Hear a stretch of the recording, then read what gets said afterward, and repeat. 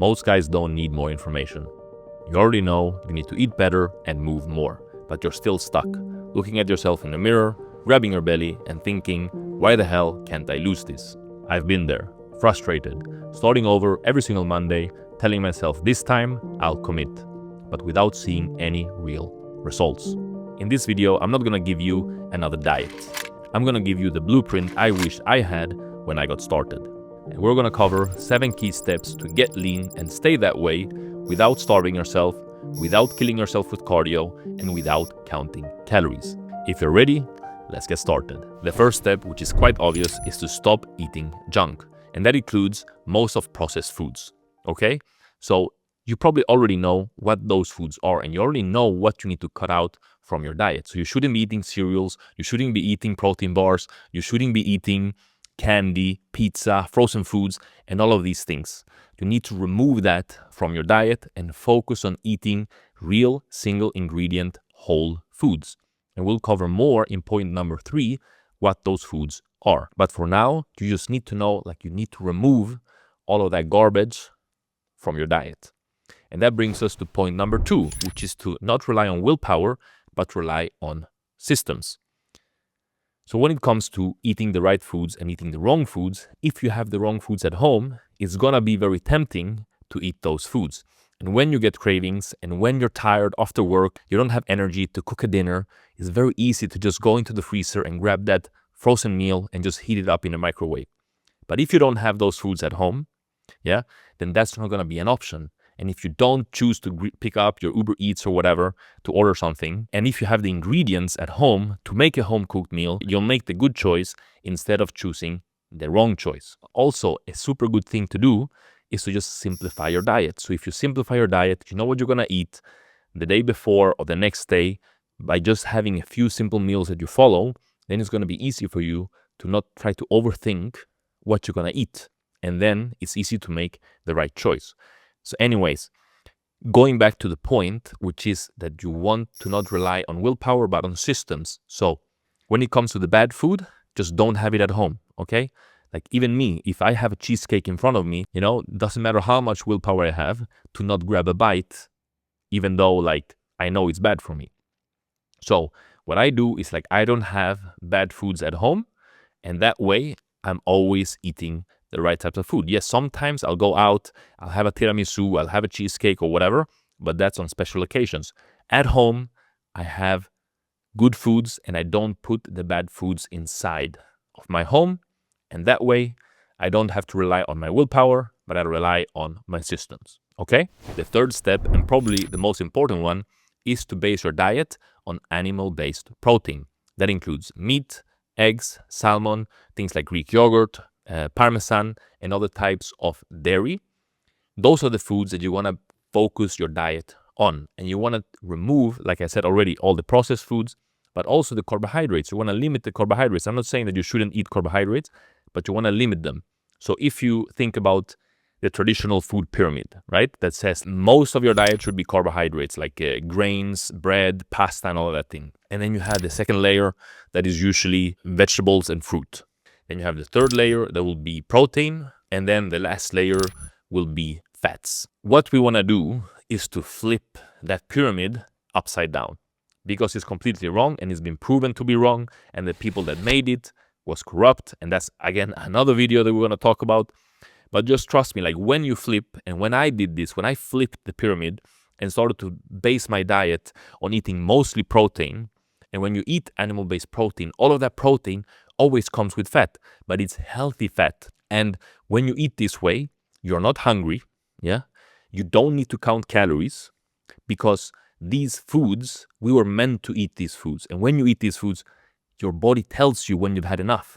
It's very easy to overeat on carbohydrates. It's very easy to overeat on fries and hamburgers and pizza and candy and milkshakes. But it's very difficult. Imagine yourself eating 10 eggs. That's very difficult. You're going to be full and you're going to be like, hey, this is enough. I don't want more. And there is a reason why it is this way, because our body evolved eating these foods, and they know, and our body knows when to tell us hey, we're full, we've had enough, and we're not going to overeat. So another way to look at this is, if we look at carbohydrates or fast carbohydrates, processed carbohydrates, if you look at your blood sugar, so when you eat, let's say, a bowl of pasta with a little bit of bolognese, that's usually the traditional pyramid. We will have a lot of carbohydrates and a little bit of protein. So when you have this, your blood sugar is going to spike because you're having a lot of carbohydrates, and carbohydrates turn into glucose, which is sugar, in your body very quickly. So you get a spike in blood sugar. Insulin comes in to bring that blood sugar down, but because it was a lot, it's going to bring it down below baseline, and then your body, you're either going to crash or you'll start to get hungry and you'll get cravings, right? So you're going to get cravings to bring your blood sugar back up to baseline, but it's going to bring, because you're going to then have another meal heavy on carbohydrates, it's going to bring your blood sugar up again, and then insulin comes in to bring blood sugar down, and the cycle continues. And that's also how you get eventually diabetes. But when we eat an animal-based diet, where we focus on eating animal-based protein, things like meat and eggs, our blood sugar stays stable. And I've tested this. So I've tested every single meal that I eat and how that affects my blood sugar. And the blood sugar barely moves, which is insane. That's crazy. It stays almost the same. And I eat a lot of carbohydrates, I eat a lot of food, I eat a lot of honey. The cool thing is, when you mix foods with a lot of protein and fat, and you have some carbohydrates, I'm not saying that you shouldn't have carbohydrates, the blood sugar stays stable. So we want to flip the pyramid, focus your meals, so they should be 50% or even 75% proteins and fats, and then a little bit of carbohydrates on the side. You don't need that many. And when we do this, we don't need to count calories. We're never hungry, And I have countless clients that can testify for this. And I've seen it over and over again with my clients. When they get on this diet and when they start eating this way, they lose the cravings, they're not hungry, and you start to see fat loss real quickly when combined with training, which is what we're going to talk about next. The next point is cardio. So I see so many people at the gym spending hours on the treadmill, or girls spending hours on the Stepmaster. Today we're doing an hour cardio on the Stairmaster. I do this every day, 6 times a week. Thinking that this is the way for them to stay lean and lose fat. And that's completely wrong. And for one main reason. There's actually two reasons, but we're going to start with one. The first reason is something called metabolic adaptation. So when you get on the treadmill and let's say that you stay there for 30 minutes, you might burn 500 calories the first day.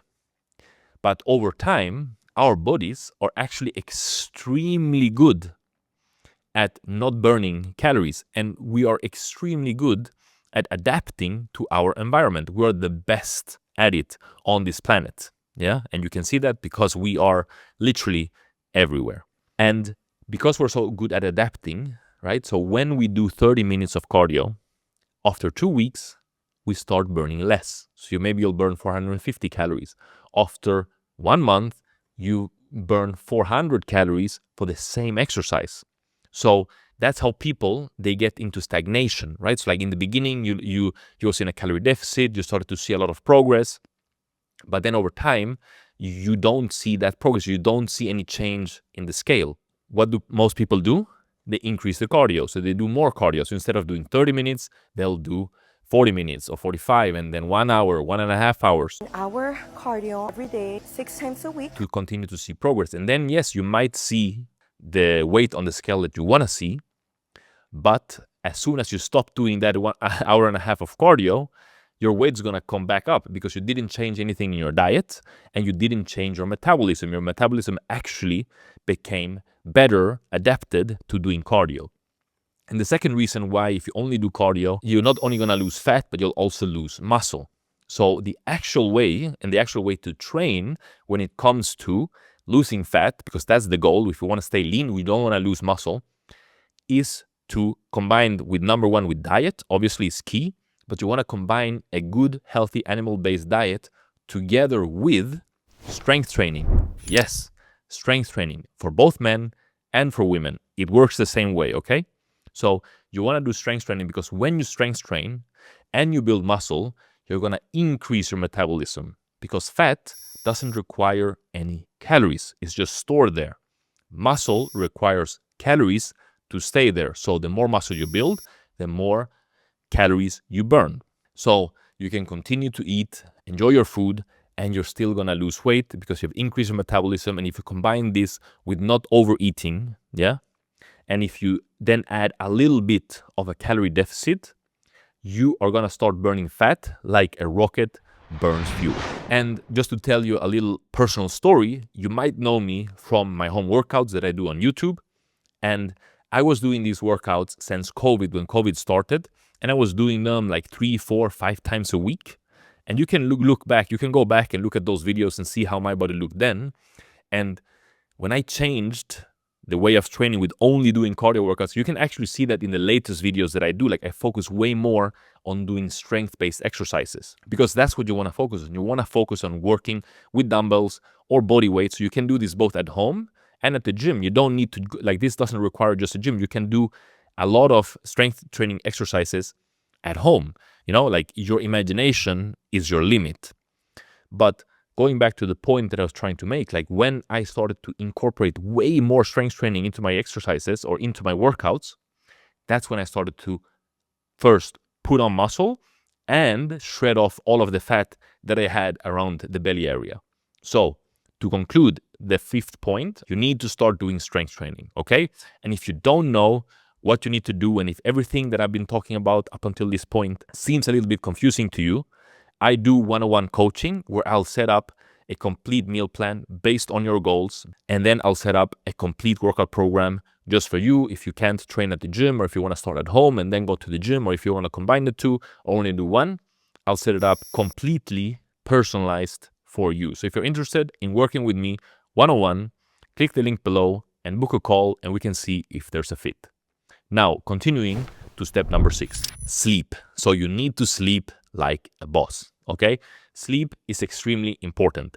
You could do all of the other points or all of the other steps right, but if your sleep is messed up, you're not gonna see any progress. When you sleep, your body recovers. That's when your hormones get regulated. Things like your hunger hormones, which tells you like when you're hungry, when you're not hungry, how much to eat and not to eat. Your growth hormone, which helps you grow your muscles and grow your body, your testosterone, and all of the other hormones are regulated when you sleep. So if you have bad sleep, you're going to have bad hormones and you'll see no progress. So a few key things that I like to do when it comes to my sleep is to, number 1, make sure that the room is dark. So I use blackout curtains, make sure that the room is dark. If you can't, then put on like these things that they give you on the airplane and sleep with the blindfold, okay? The second step is to make sure that your room is cold. So you want to sleep in a cold room. It's been proven countless times that you sleep better and deeper if you're in a cold room, okay? Obviously, you don't want to be fucking freezing. You can check, like, find the place where it's good for you. Now, another thing is to find a good mattress. So make sure that the mattress is comfortable and you're sleeping well. And you also want to make sure that it's quiet. So you want to sleep, but the quality of your sleep has to be good. So I like to put on, like, if I'm traveling or if I'm in places where it's a bit noisy, I'm a very light sleeper. I put on earbuds on my ears and I sleep really well. So you don't only want to focus on like the amount of sleep, like you want to get your 7 to 8 or 9 hours of sleep, depending. If you're a woman, you want to sleep a bit more. If you're a man, you might be good on 7, but find the place where you feel when you wake up, you want to feel rested. I don't really believe on like all of these like Apple Watches and Whoops and whatever. Like, if you wake up and you feel rested, like that should be the sign for you, like, hey, you slept well. If you wake up and you're groggy and like all these things, then you need to look into your sleep, but also the diet. So like when you start eating, like all of these points, they all kind of like combine together. When you train, when you eat right, then you're going to have good sleep. Yeah.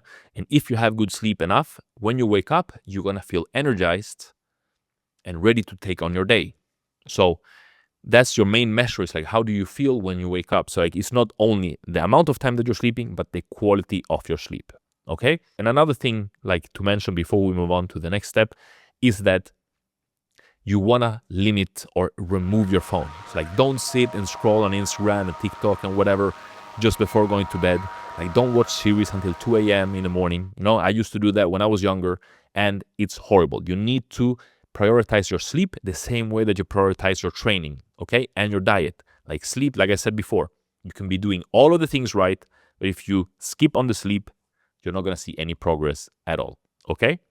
Now, Another thing, and this is going to be the last thing, but it's combined with sleep, is stress. Yeah, so that's the last point. If you're very stressed, that's going to affect your sleep. But not only your sleep, it's also going to affect your hormones. Again, so like main hormone that we're talking about here when you're stressed is cortisol. So if we have high amounts of cortisol in our body, we put our body in a fat storing mode. And the best way that I can explain this to you, and the way that I understand it, is like this. So if you think about your body, yeah, the human body, it's been around for tens, hundreds of thousands of years. So think about how we would be 10,000 years ago or 100,000 years ago out in the wild. What would be our biggest stress factor?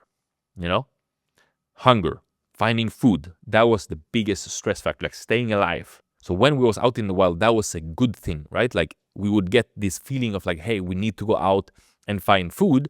Otherwise, we're going to die.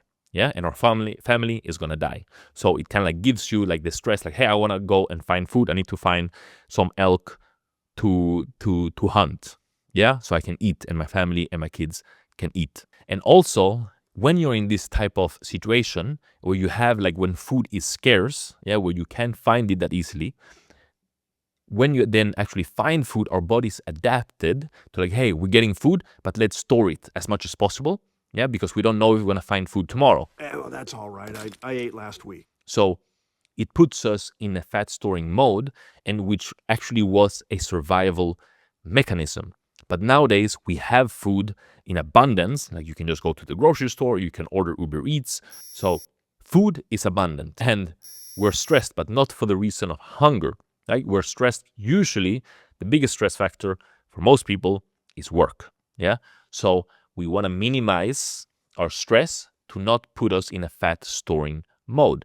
And a few things that I have found in my life to reduce stress is, number one, work less. I know that sounds maybe like, hey, that's not possible. Like I need to work. Trust me, I used to work a lot. I used to run an e-commerce brand before, and managing 2 YouTube channels and now a third one. Like you need to find systems to work less and focus on the things that are important. And another thing, when you work less and you focus on the right things, the things that you focus on actually give you better results. That's what happened in my life. When I removed all of the unnecessary things and I focused on the 80-20 rule, maybe you've heard about it before, the Pareto principle, and I focused on the 20% that actually gives me the other 80%, then I started to see really, really good results. So don't try to do 10 things at once. Focus on a few things. And that way you'll stress less, but you'll also see better results. Another thing that you can do that I like to do is to breathe. I know it sounds weird, but just listen. Like there's a bunch of videos on YouTube where you put on a video, you listen to it, a girl or a guy walks you through like breathing and relaxing. And it's so like I thought the first time that I tried it's like, hey, this is never gonna work. But it's like a 10 to 15 minute video, and it actually works. Like it takes away bunch of the stress, makes me more centered and relaxed. So you should try that out if you haven't before. But then the biggest one for me, the biggest one is actually to exercise. So like when I train, when I go to the gym, or when I film a workout, I release all that stress, all the tension that we get, throughout the day from different things that happen. So like exercise for me is kind of like meditation. Some people might do yoga, some people might do stretching, which stretching is also a good thing to do to release stress and tension. But you find your ways to do that. Work less, breathe, and exercise. If you combine that with good sleep, then you're in the perfect position to see real good results. You're not broken, you've just been following broken systems. The food industry thrives on confusion and failure because stuck people keep buying. But you're here, you're paying attention, you're ready to do things differently. Start with food, train with purpose, and sleep like it matters. And if you want my help to get to your goals faster, with structure and 100% certainty that you're doing things right, then book a call in the link below, and let's see if you and me can work together. And if you like this video and want to see more like it, I'm going to be posting a bunch more on my new channel that you can go and subscribe to if you want to learn more. Okay? That's going to be it for this one, and I'll see you back here for another video.